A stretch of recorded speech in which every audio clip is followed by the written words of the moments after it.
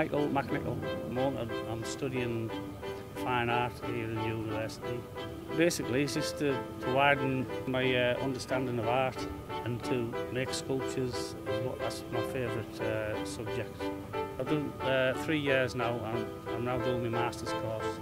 There's been a lot of new developments here, new buildings, occurs and what have you. I'm hopefully going to make sculptures on a bigger scale and do public art and stuff like that.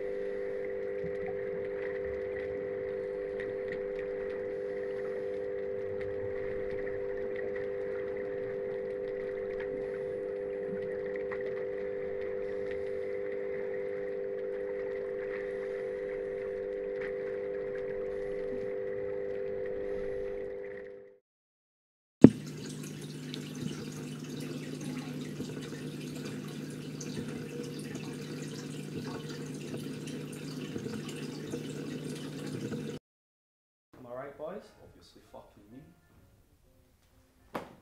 Fine. Let's play. Oh,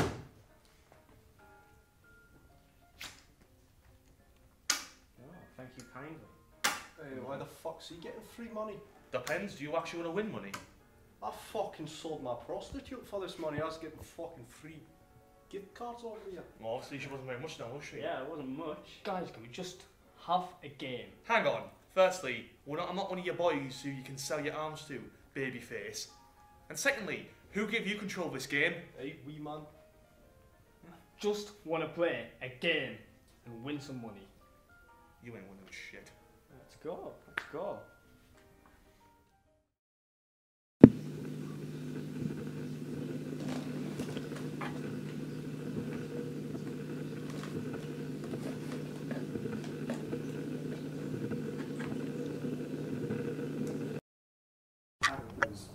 What's that like? What do they need from you is probably what I'm trying to get you to think about. You know, they also are very familiar with stories. You know, a professional actor will be auditioning all the time. These days, increasingly, a professional actor will be sent at least the scene that they're auditioning for, and sometimes the whole script. There's a sort of trust thing that goes on when they go, okay, you know, sort of.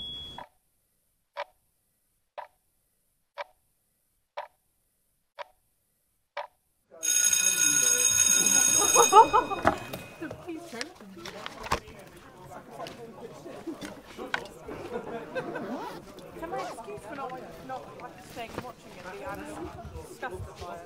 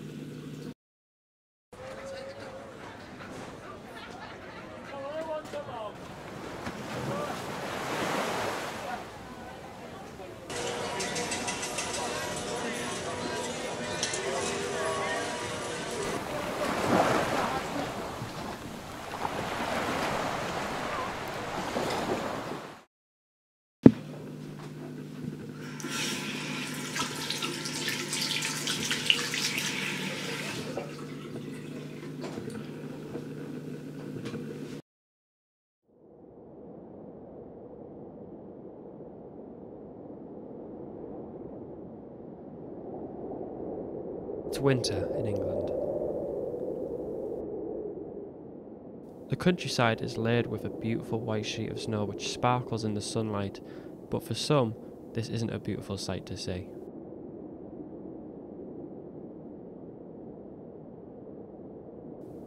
As the days become shorter and the nights become colder, it's not only us finding it difficult to stay warm and protected in the winter.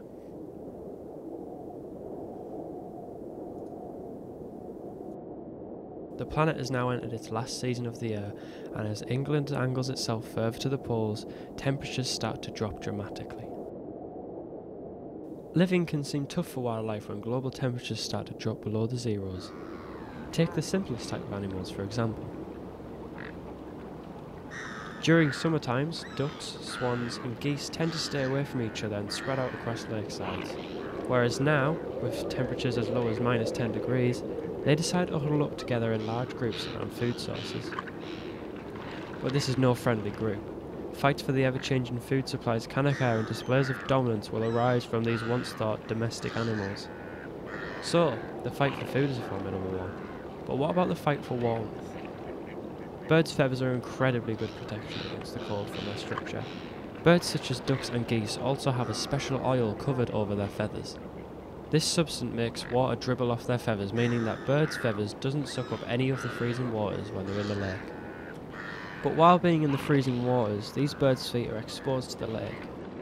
Their feet have a counter-current heat exchange running through their veins. In their legs, their veins are very close to each other, meaning that when warm blood gets to the feet, the cold blood is heated up by the neighbouring veins, which is carrying the warm blood. This keeps their feet constantly warm. But what about the simpler life forms on the planet? The plant world. You would think that not having warm blood would mean keeping warm would be an obsolete, but it is a must for the plant's survival. Plants are at high risk when temperatures drop below freezing. Events such as crystallization can occur which can seriously hinder the plant's health and in most cases will cause death.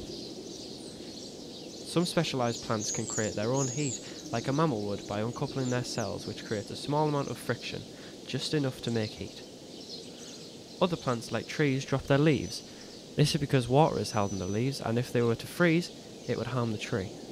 So instead they drop the leaves, which will have already been damaged by insects and disease. This is a way of getting rid of the old leaves in preparation for spring, with new, healthy leaves growing. So when you sat warm and cosy in front of your fire, remember, life's not too cold.